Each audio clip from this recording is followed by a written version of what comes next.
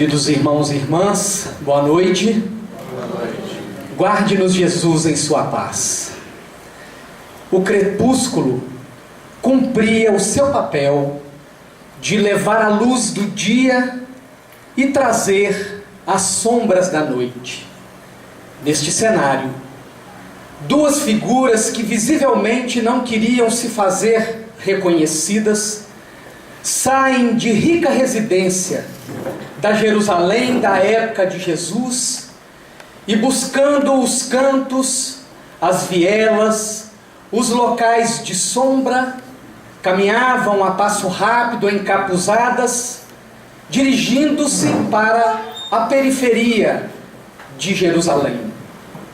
Ao chegar defronte de pequenina casa humilde, uma das personagens de porte maior adianta-se enquanto a outra busca se esconder ainda mais nas sombras, deixando visível que não gostaria de ser reconhecida.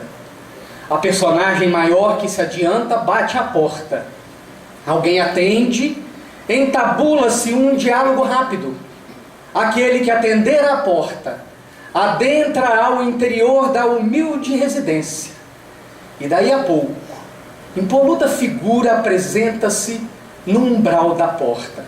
Tratava-se de Jesus, a personagem que estava mais escondida e que não gostaria de ser reconhecida. Apresenta-se diante do Cristo, retira o capuz e apresenta-se a figura de Nicodemos. O diálogo inicia-se com Nicodemos dizendo a Jesus que reconhecera nele um emissário de Deus, porque ninguém poderia realizar os feitos que Jesus fazia se não fosse um enviado de Deus. E Jesus então lhe responde dizendo que em verdade vos digo que ninguém poderá ver o reino de Deus se não renascer de novo. Nicodemos compreendeu tão bem que não se tratava apenas de um renascimento moral, mas sim de um renascimento físico, que ele redargue Jesus dizendo: mas como pode um homem adulto do meu tamanho reentrar na barriga de sua mãe e nascer de novo? Jesus então vai lhe dizer ser necessário renascer da água e do Espírito. O renascimento da água já está mais do que decantado na doutrina espírita como a reencarnação. E não é por este caminho que nós vamos trilhar, mas nós vamos buscar o que Jesus nos deixou como orientação em relação aos riscos desta reencarnação, deste renascimento da água, para que num segundo momento possamos compreender o que é que o Cristo quis dizer com renascermos do Espírito. Para tanto, necessário voltar naquele momento em que, após o batismo de Jesus no Rio Jordão, os textos sagrados vão falar que Jesus, impulsionado pelo Espírito, vai para o deserto. E lá, durante 40 dias e 40 noites, Jesus jejua. E no final do jejum, acometido de tremenda fome, o diabo, aproveitando-se dessa situação, tentaria Jesus pela primeira vez, dizendo-lhe: se tu és o Filho de Deus, mande que estas pedras se transformem em pão e se alimente delas. Jesus, resistindo à tentação do diabo, lhe diz: está escrito que nem só de pão viverá o homem, mas de toda palavra que sai da boca de Deus. Num segundo momento de tentação, o diabo leva Jesus ao pináculo do templo, à torre mais alta, e lhe diz: se tu és o Filho de Deus, precipita-te daqui para baixo, pois está escrito que os anjos do Senhor o ampararão e não deixarão que você se machuque e te levarão até embaixo.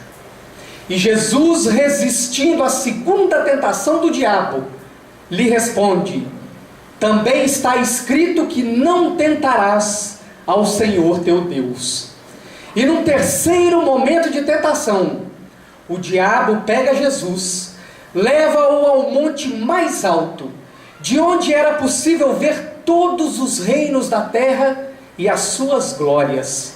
E lhe diz: se você dobrar o seu joelho me adorando, eu te darei todos esses reinos com todas as suas glórias. E Jesus, resistindo à tentação pela terceira vez, vai responder ao diabo que somente adorarás ao Senhor nosso Deus. Pela lavra de Amélia Rodrigues, nós tomamos conhecimento de que este quadro, este símbolo, esta figura psicológica, não poderia referir-se a um ser inferior tentando um ser puro, dado o abismo de vibração entre os dois. Mas a figura foi permitida nos textos sagrados, a fim de que nós pudéssemos compreender, estar aí, os três grandes riscos de queda do indivíduo na reencarnação.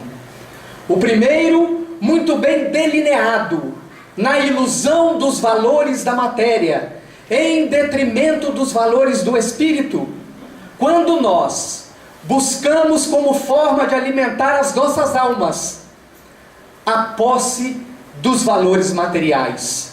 Não é por outro motivo, irmãos e irmãs, que aqueles que se lançam na busca do ter têm uma fome insaciável, porque cada vez que atingem a conquista estabelecida, advém o momento do vazio existencial. E para que possam novamente sentir aquele calor no coração, aquela sensação de satisfação por ter alcançado o grande prêmio, lançam-se novamente a novos objetivos, para que, alcançando num segundo, num terceiro e num quarto momento, vão assim de objetivo em objetivo material, mas depois de vazio em vazio existencial, vivendo as vidas, até que muitas vezes, não sendo inclusive incomum, ceifarem a própria vida, porque não encontraram o calor de Jesus dentro de si. É um alerta dos mais graves para nós que estamos em pleno curso na reencarnação.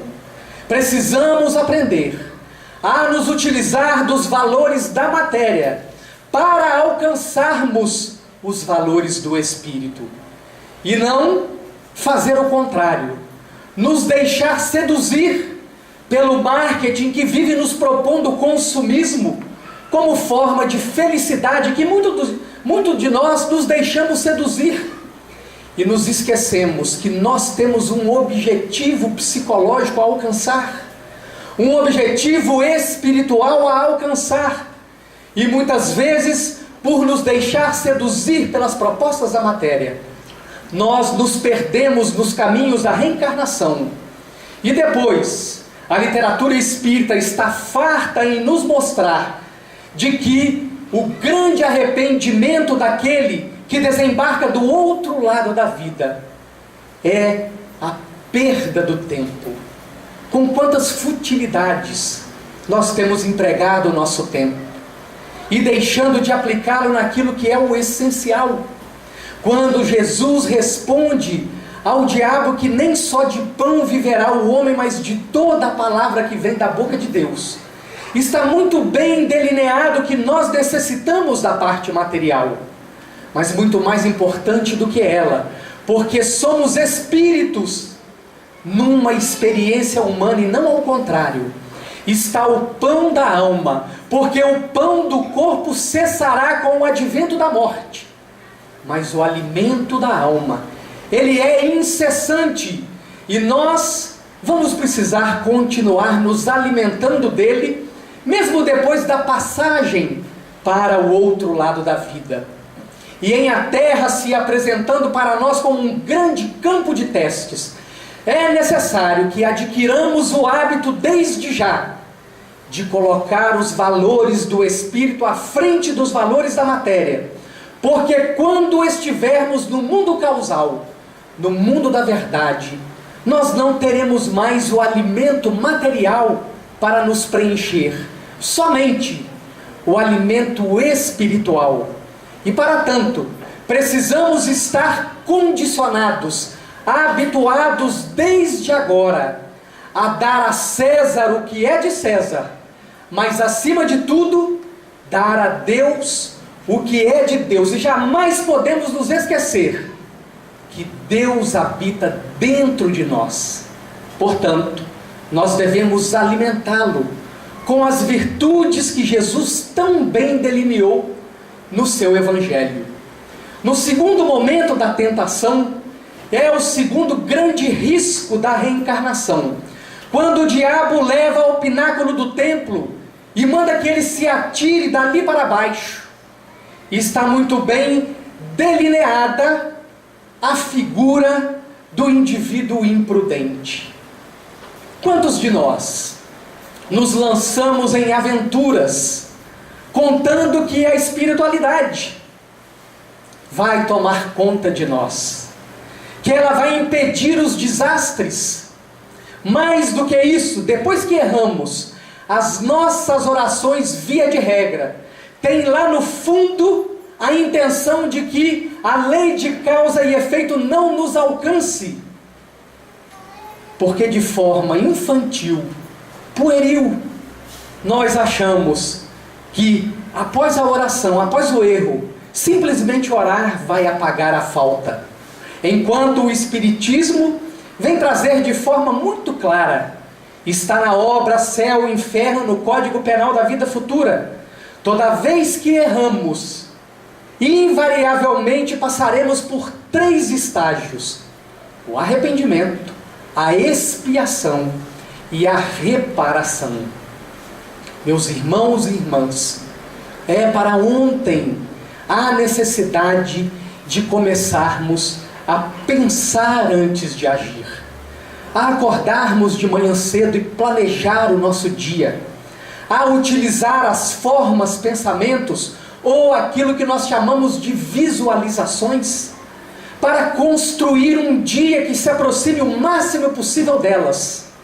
Acordarmos de manhã, planejar o nosso dia emocionalmente, planejá-lo espiritualmente, planejá-lo psicologicamente, colocando objetivos a serem alcançados dentro do dia, de forma que nós tenhamos esta lucidez de todas as vezes em que nós sairmos um pouquinho do planejamento, nós podermos nos recolocar na linha que nós imaginamos e delineamos que nos conduzirá a eles.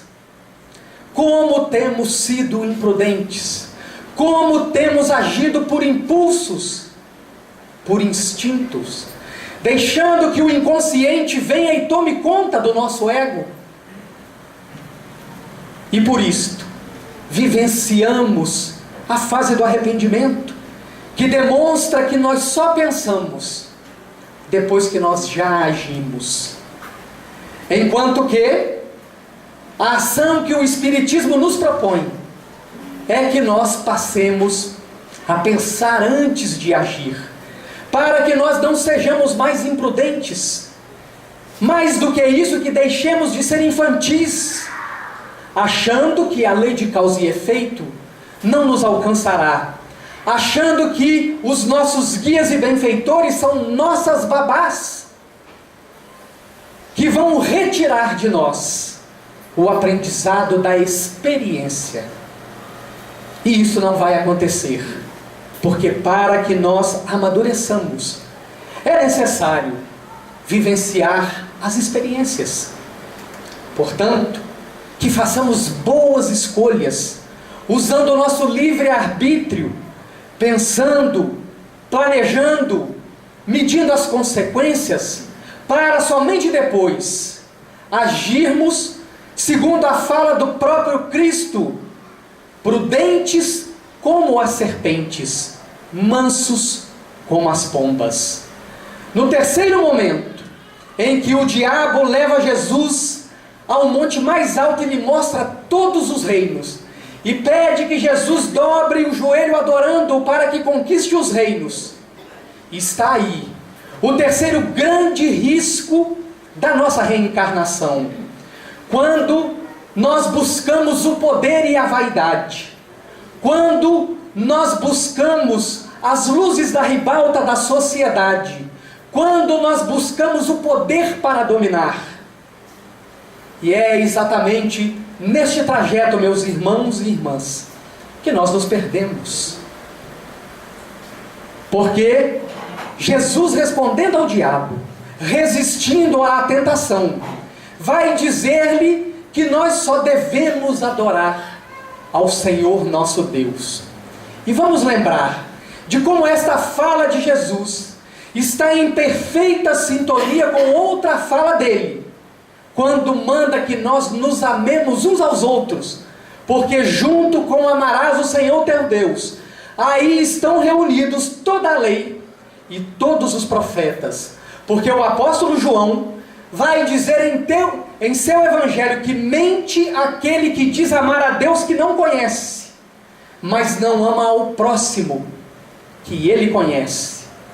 Portanto, que o poder que nós venhamos a buscar seja o poder de dominar a nós mesmos, que a vaidade que nós busquemos seja aquela de que, ao praticarmos tantas virtudes, a nossa alma se ilumine de uma forma tal que ela passe a ser efetivamente o sal da terra, temperando o pensamento comum do homem atual, que só pensa nos valores da matéria, que só quer possuir, só quer ter. E nós, com o conhecimento da espiritualidade de que já somos portadores, possamos temperar este pensamento nas nossas relações diárias, que sejamos o fermento que leveda a massa, não sejamos mais omissos aonde quer que nós estejamos, porque já somos portadores do conhecimento da imortalidade da alma, da reencarnação, da mediunidade, e fomos chamados ao trabalho da última hora, a fim de que pudéssemos despertar aqueles com quem convivemos para estas realidades. Assim, meus irmãos e irmãs, que possamos vencer esses 3 grandes riscos da reencarnação, no que diz respeito a renascer da água. Mas quando Jesus nos fala em renascer do Espírito, como é que nós podemos fazer para renascermos do Espírito, uma vez que da água nós já estamos renascidos? É o Espírito Verdade quem vai nos dar as diretrizes para que nós possamos renascer do Espírito.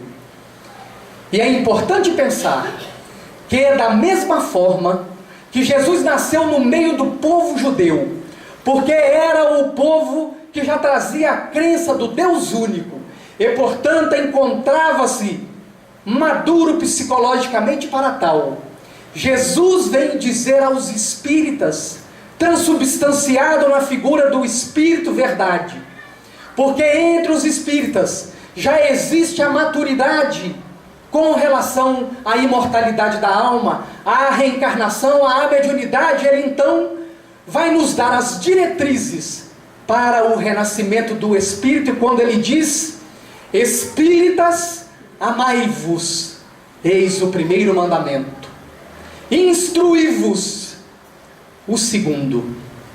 Ora, quando o Espírito Verdade nos dá a diretriz da instrução, nós precisamos fazer profundas reflexões a respeito disso.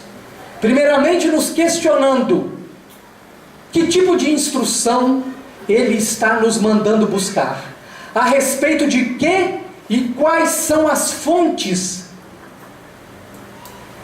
dessa instrução. É naturalmente muito claro que o Espírito Verdade manda que nós nos instruamos a respeito de nós mesmos. E a primeira fonte de instrução que está acessível a nós é o livro. E neste momento, queridos irmãos e irmãs, eu sou obrigado a perguntar: passou-se o ano de 2014, 12 meses, quem de nós leu mais de 10 livros? Levante a mão, por favor. João, eu pedi um favor, antes de você terminar, já que estamos quase no meio da palestra, você pode fazer analogia, nada é por acaso, o que está acontecendo agora com o Senado, com o Congresso, essa bagunça. Vamos chegar aí, dona Madalena, nós vamos chegar aí, vamos passar por isso. Quem leu de 6 a 9 livros, levanta a mão. Quem leu de 1 a 5 livros, levante a mão. Quem não leu nenhum livro, levante a mão. Eu vou repetir o que o Espírito Verdade disse: Espíritas, amai-vos, o primeiro mandamento, instruí-vos, o segundo. Vou mudar a pergunta agora em relação ao livro. Dos livros que nós lemos, em quantos deles nós meditamos na mensagem? Que nós refletimos, que nós procuramos nos estudar a partir do texto, e não simplesmente estudar o texto como se ele não fosse aplicado em nós.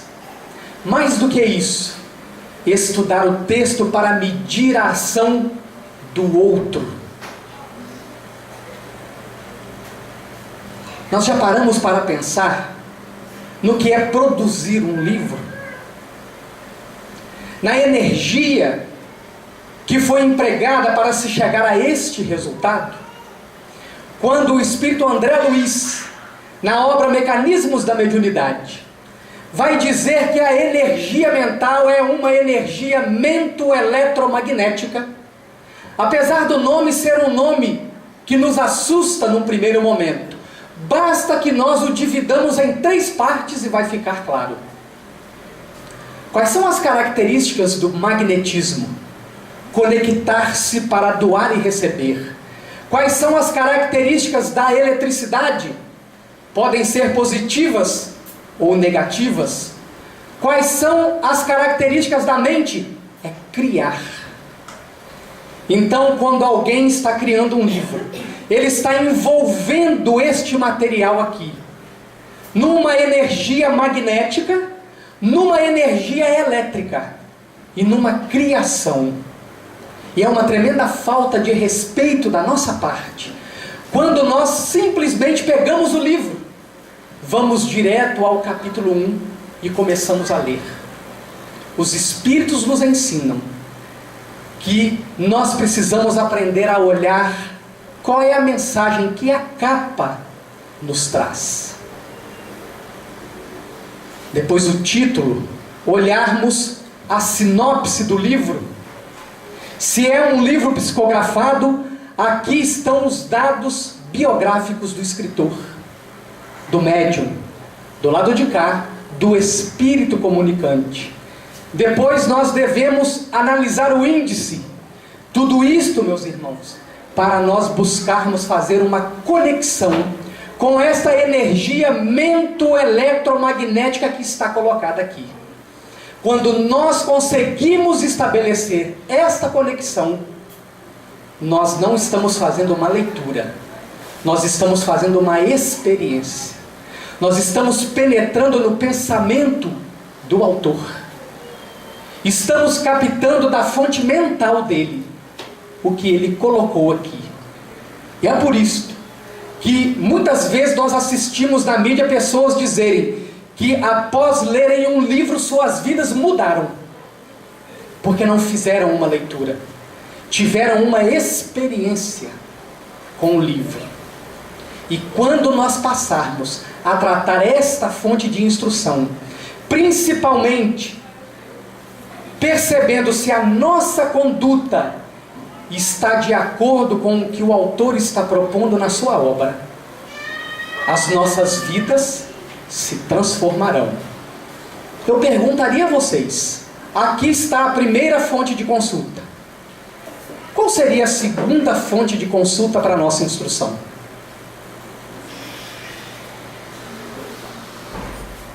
Vocês poderiam me dizer?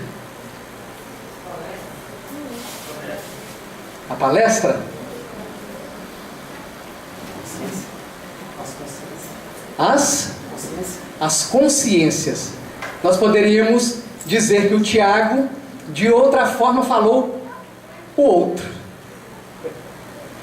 Vocês já perceberam que fonte fantástica de instrução é o outro? Porque no erro do outro está o exemplo do que eu não devo fazer. E no acerto dele, o exemplo que eu devo seguir. No entanto, como é que nós temos tratado esse livro vivo chamado O Outro? Nós só observamos o erro para criticar. E aí, dona Madalena, como é que nós estamos tratando o livro chamado Dilma Rousseff? E olha que interessante, dona Madalena. Na Copa das Confederações de 2013, nós recebemos no nosso grupo mediúnico uma psicografia com o seguinte teor: o Brasil aproximava-se do momento do resgate coletivo da época da escravidão e da Guerra do Paraguai. Os governantes que aí estão foram recolocados no poder, a fim de que pudessem fazer agora de forma correta o que não fizeram corretamente nestes dois períodos da história do Brasil. Porém, o compromisso não é só deles, o compromisso é da nação. Todos nós estamos comprometidos com estes dois períodos. Daí, a espiritualidade vir nos pedir que nós orássemos para que este momento de turbulência passasse o mais rapidamente possível.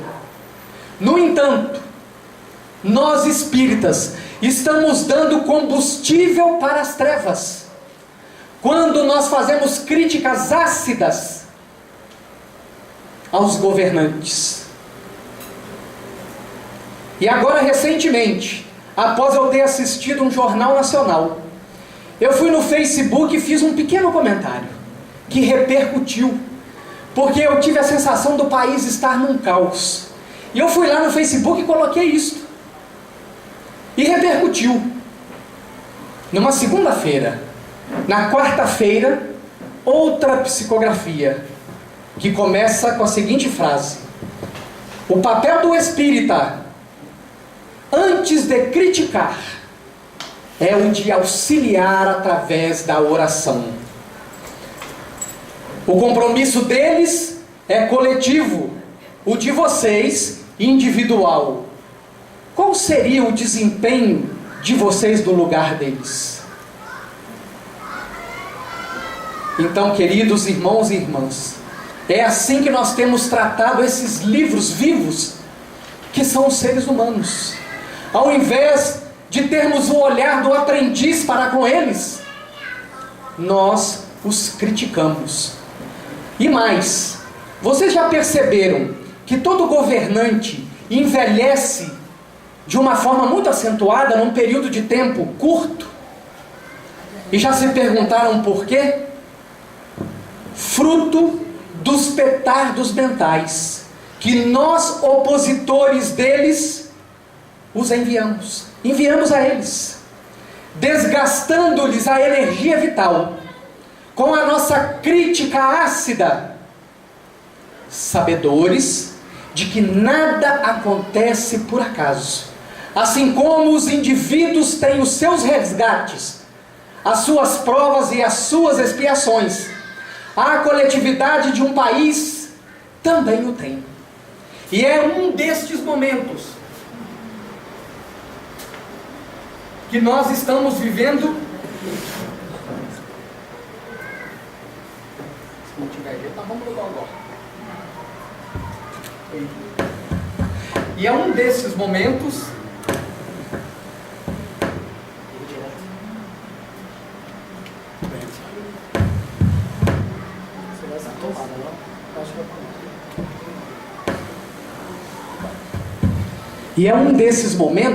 que nós estamos vivendo agora, um resgate da coletividade.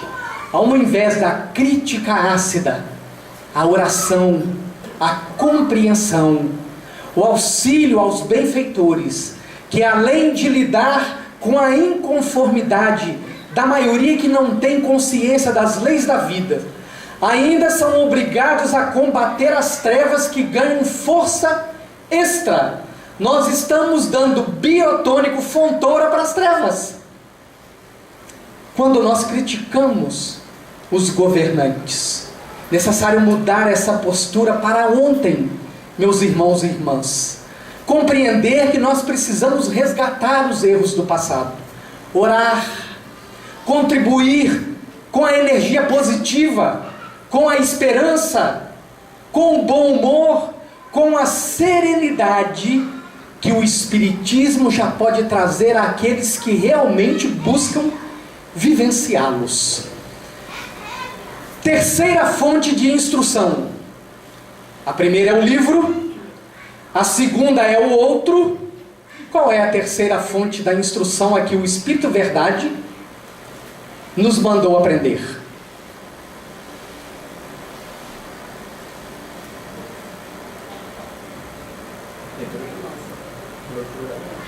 Como é que é?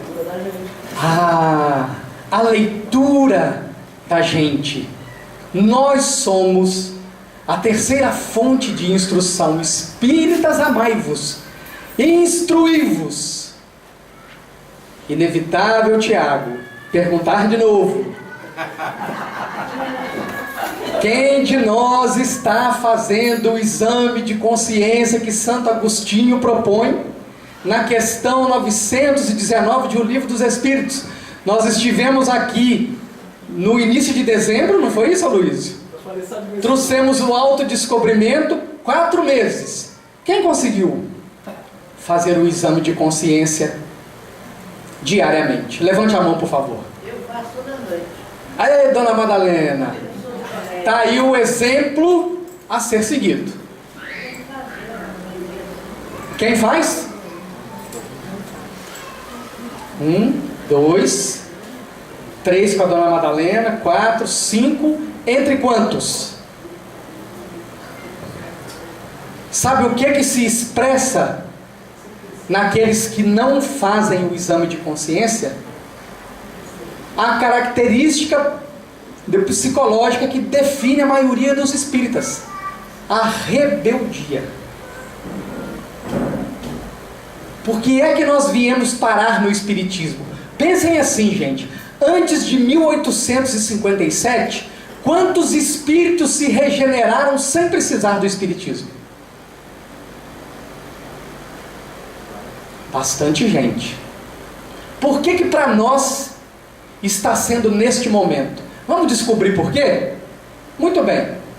Caibar Schutter, o espírito, hoje, quando reencarnado, ele tinha uma dúvida que era uma coisa impressionante, porque em nenhuma filosofia, em nenhuma doutrina, em nenhuma religião é tão claro o binômio estudo-trabalho como é no Espiritismo. Quando nós pisamos nas casas espíritas, é das primeiras coisas que nós ouvimos: é preciso estudar, é preciso trabalhar, é preciso estudar, é preciso trabalhar. E ele notava que nos agrupamentos espíritas era apenas um pequeno grupo, não o grupo todo, mas um pequeno grupo que trabalhava. E ele não conseguia compreender como é que, tendo um chamamento tão claro, as pessoas não aderiam ao trabalho. Ele desencarna, chegando do outro lado da vida, ele pede licença aos maiorais da vida para compreender o porquê disto. E eles autorizam Caibar a voltar 600 anos na história humana para ele vir acompanhando a reencarnação dos espíritas e montar desta forma um perfil psicológico. E assim ele fez. Voltou 600 anos e veio acompanhando. O que foi que ele descobriu? Que nos últimos 600 anos nós estivemos no clero. Ora nas igrejas reformadas, ora na igreja católica. E lá, nós somos bons de papo, mas na hora de agir, a coisa complica. Então, Jesus autorizou que duas ações acontecessem. Uma a benefício da humanidade, que é o advento do Espiritismo. E outra a nosso benefício.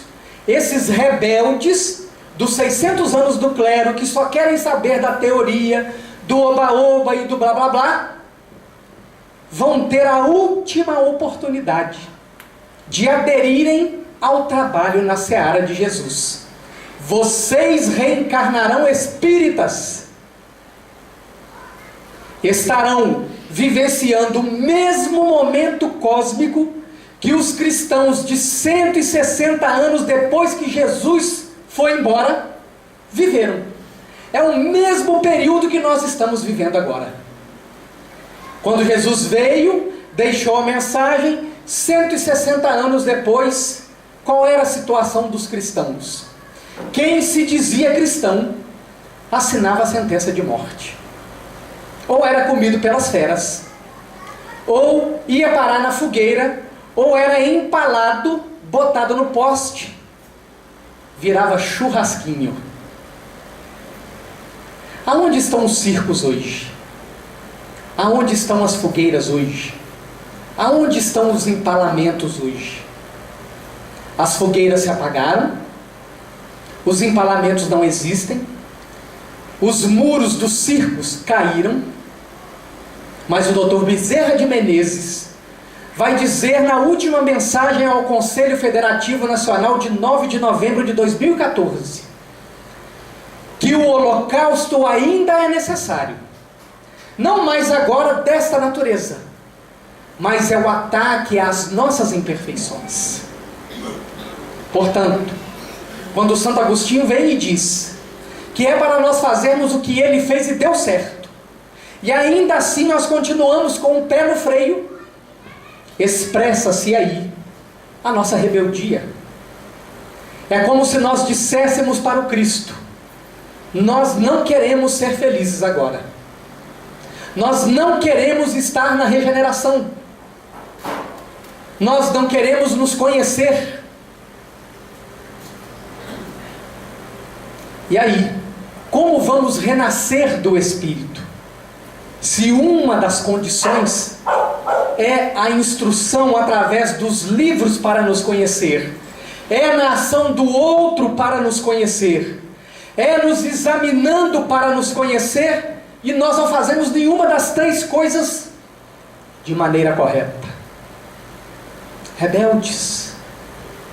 Inevitável dizer que para estes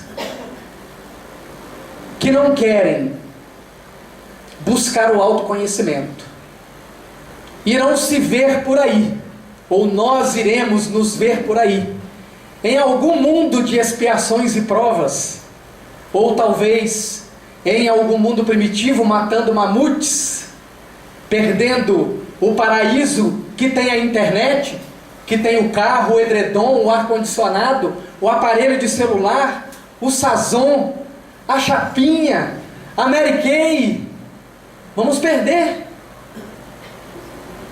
É um momento grave, meus irmãos, o momento da decisão, o momento de descermos do muro, o momento de aderirmos ao Evangelho.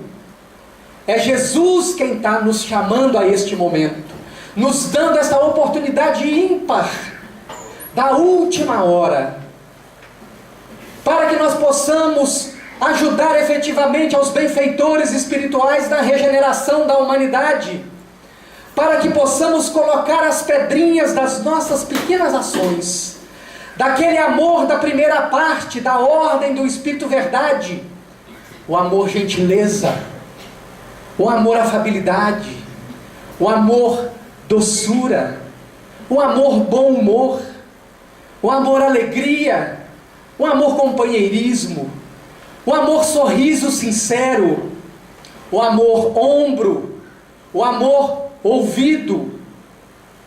Na fala de Joana de Ângeles, todas as vezes que alguém sai de perto de nós levando algo de bom, nós amamos.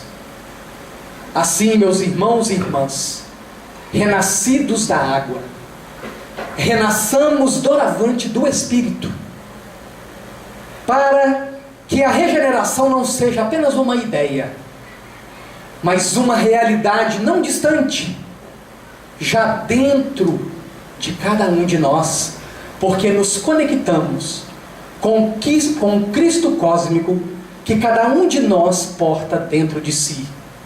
E é a este Cristo cósmico que eu me dirijo nesse momento e peço para que Ele nos abençoe agora e sempre.